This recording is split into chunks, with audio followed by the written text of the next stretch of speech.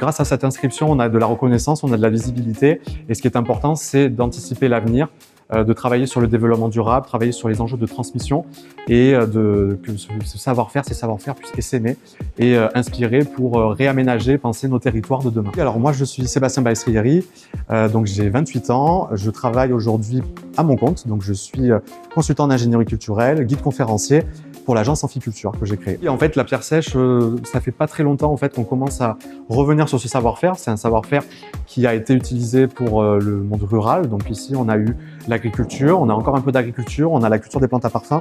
Donc ce qui est intéressant, c'est de mener des études, c'est d'essayer d'avancer sur ce territoire, de travailler avec des murailliers, donc des bâtisseurs à pierre sèche, et d'essayer voilà, de restaurer, de comprendre un petit mieux cette relation plante à parfum pierre sèche, puisqu'on utilise la pierre sèche pour aménager les territoires et donc par exemple des restanques pour la culture des plantes à parfum. Alors c'est un métier qui était en voie de disparition en fait dans les années 80-90.